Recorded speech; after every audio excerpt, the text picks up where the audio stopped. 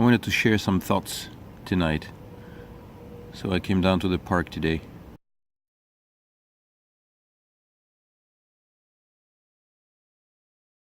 I'm aiming at releasing this video with minimal editing, because it's just one of those days. The park is going to be closing down soon, I think. I just heard the announcement. I think they closed down around 10 o'clock, I don't know. It's about 9:45 or so. Maybe more, maybe less.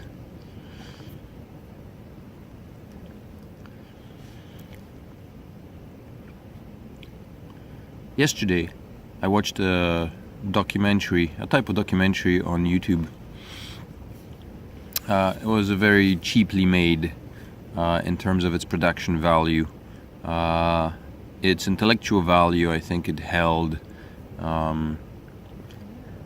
enough to keep the average person satisfied. A person like myself, I guess. And it was a documentary about the universe, basically. There was a schematic shown about the solar system, and it showed the different phases or the different stages that the sun was going through, how long the sun's been around, and compared the size of the sun, I guess, comparing it in terms of its size as compared to the rest of our solar universe, our solar system. And I believe the size and the weight of the sun is about 75 to 80%. The weight of the sun makes about 75 to 80% of the weight of the entire solar system of ours. So if you took all the planets and all the junk that floats around inside our solar system and you clumped it all together with the sun itself would make up about 75 to 80% of that clump's mass, which is to say that the sun is quite dense and it's pretty massive, obviously, right? And so the schematic went through the different stages of the sun in terms of its time span and how it progressed, and it showed the past, it showed the now, and it showed the future of where the sun will be in the future. And the future of the sun is bleak. It's going to implode. Well, first it's going to explode, and then it's going to implode. It's going to become a red giant, which means that the sun size will expand beyond the borders of our present solar system, and thus consuming all the planets that are in our solar system. And then it's gonna go boom, and it's gonna shrink to the size of a white dwarf, which is what happens after any supernova, after red giant explodes or expires. And as scary as this may seem to anyone who watches these things or who listens to it, I think the layman does not realize, including myself, that this will take over the next 2 billion years.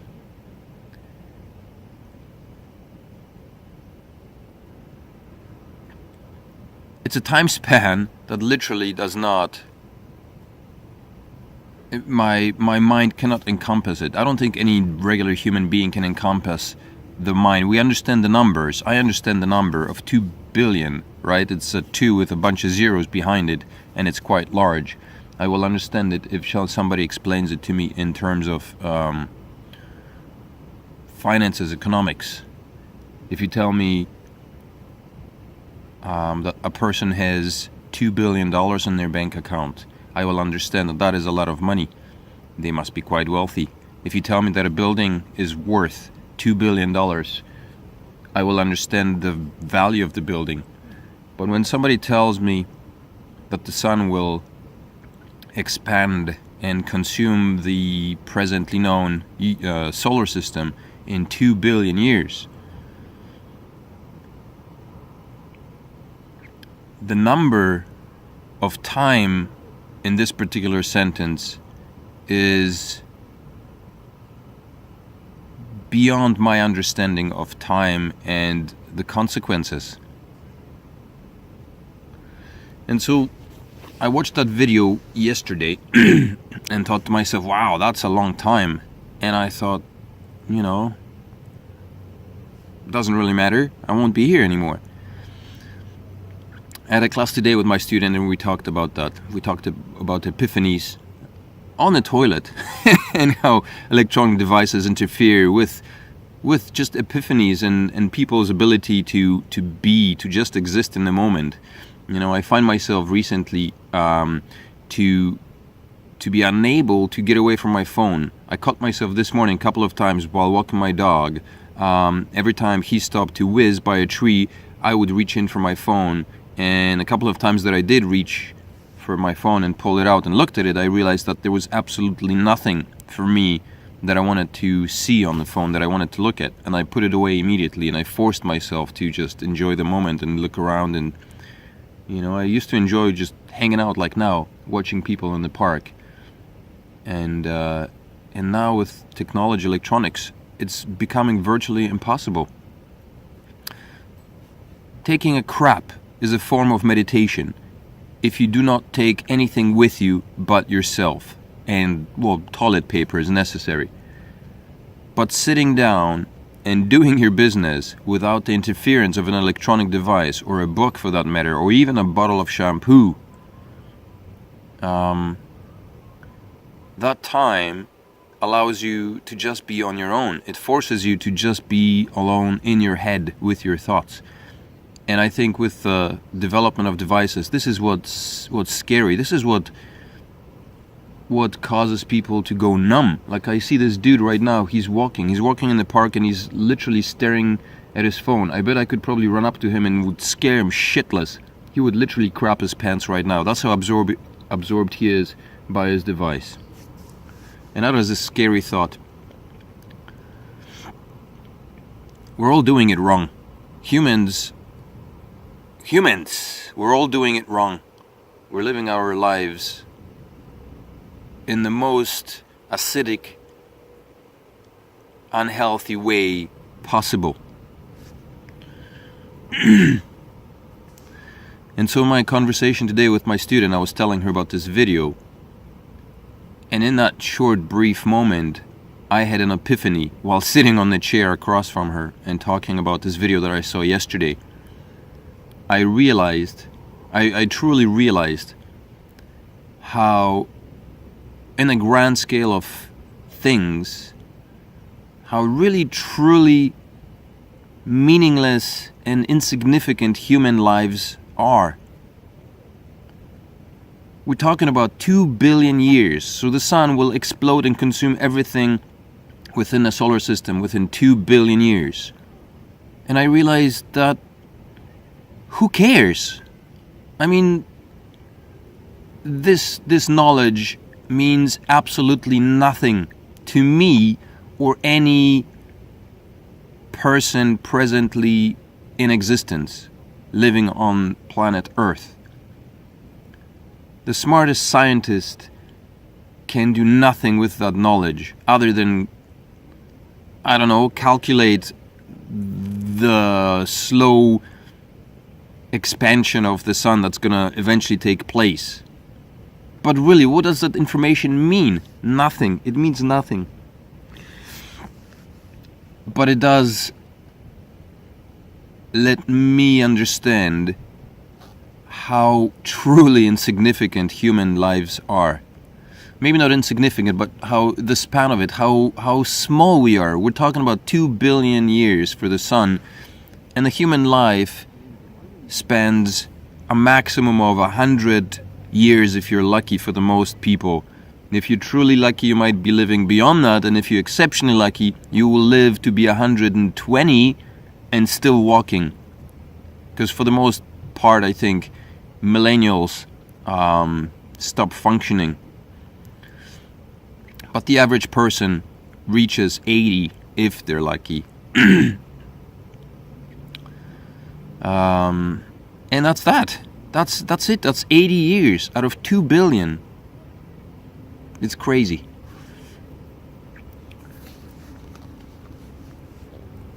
We all live wrapped up in our worlds. We're all busy with life, with work. Everybody's chasing the proverbial rat race. Everybody's after the almighty dollar, hoping to have a better life. And it's so meaningless. It's so pointless. It's literally a waste of your time, of your very, very, very short time on this planet.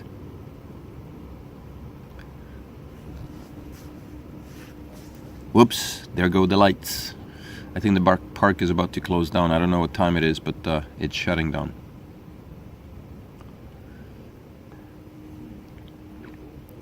We all lack courage to live.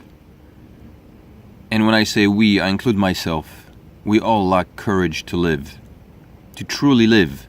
I think there's only very few people who truly live their lives. For most of us, we're scared shitless of doing things that will be meaningful to our very tiny, short, insignificant lives.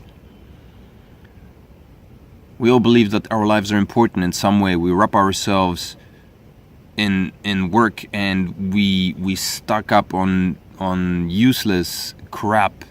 We surround ourselves with things that are meaningless. We alienate people that we love or we care about, and we replace the human existence with stupid things like, gizmos, devices, and whatnot.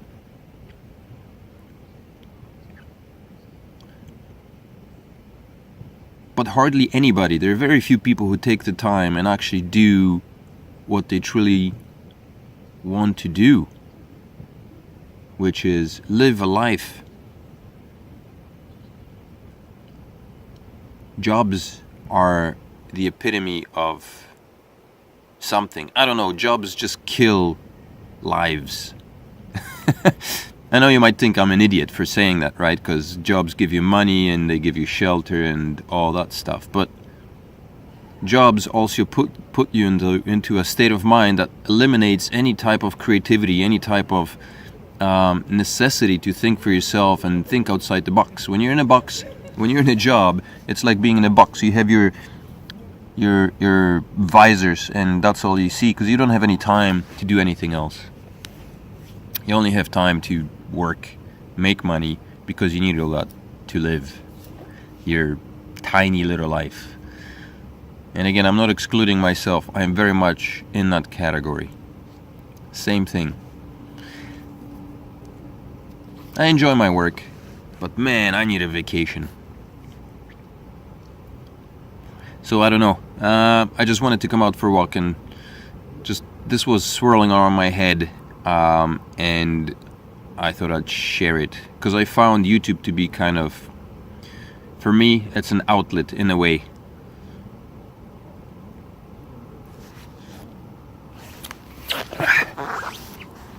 That's gonna be hard without the light.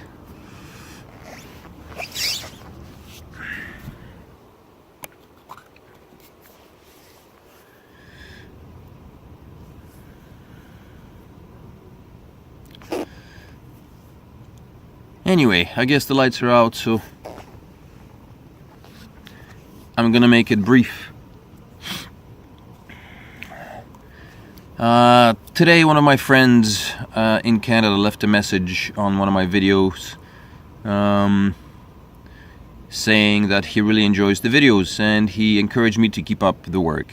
So Chach, thanks man, much appreciated.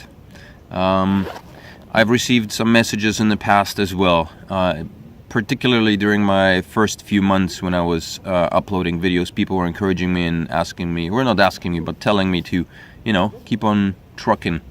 And I have, mostly because I wanted to, but those people's comments and encouragement definitely helped. It's always nice to have some feedback particularly when it's positive feedback and encouragement, from people. So I'm glad that my audience, regardless of the fact that it's very small right now, I'm glad that you guys are enjoying the videos. And so I guess maybe this video is just for you, because I don't think I'll be gaining any additional subscribers based on this. So this is just for the people who are watching the channel, who are listening to the stuff I say, and who find some kind of value in the things that I say or the things that I do and record videotape. Nobody uses tapes anymore. My children don't know what a cassette is anymore.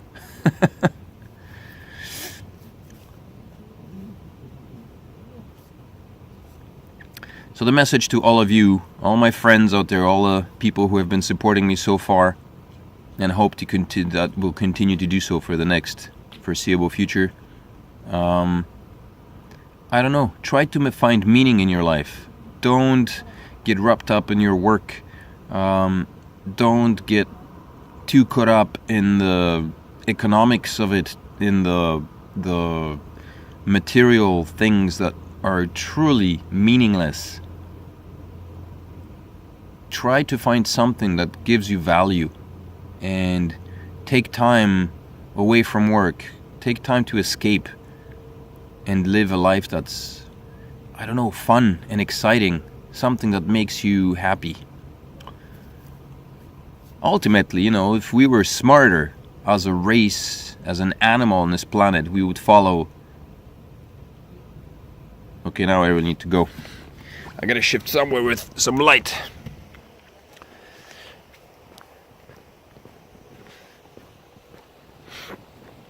Let me just find some light and shoot the conclusion of this.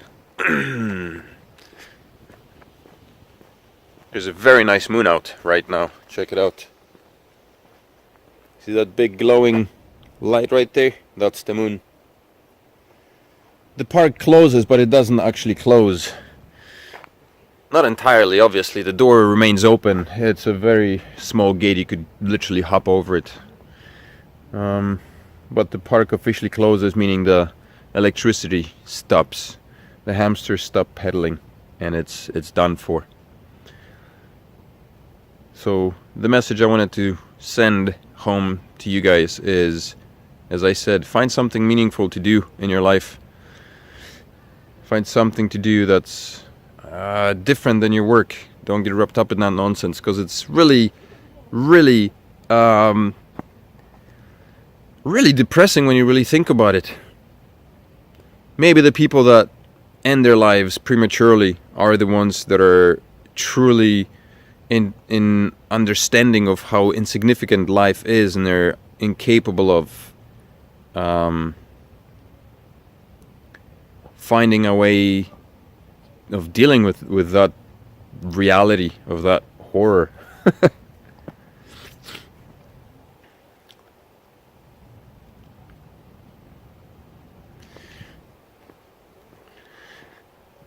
Yeah.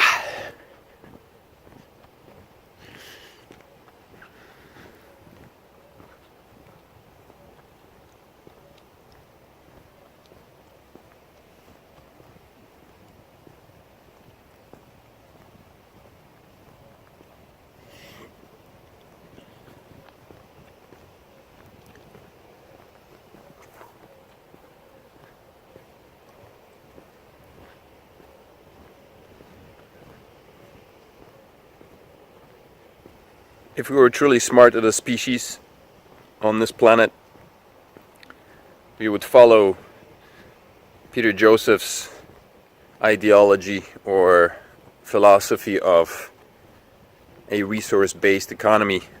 It's not really his. He basically renewed ideas that have been put forward by other philosophers way back. But see, the economic system is a prison for your mind, for the humans, and so that's what we're stuck with. That's what we have to work with, and I don't know, that's what needs to change. But obviously not tonight. Tonight I gotta get back home, put this thing on the computer, and let it run. I might cut down some of it. It's 20 minutes. I'll get rid of the dead space. Okay. I'm not even asking people to subscribe. Just wanted to thank everybody for support and the encouragement. Stay cool and focused.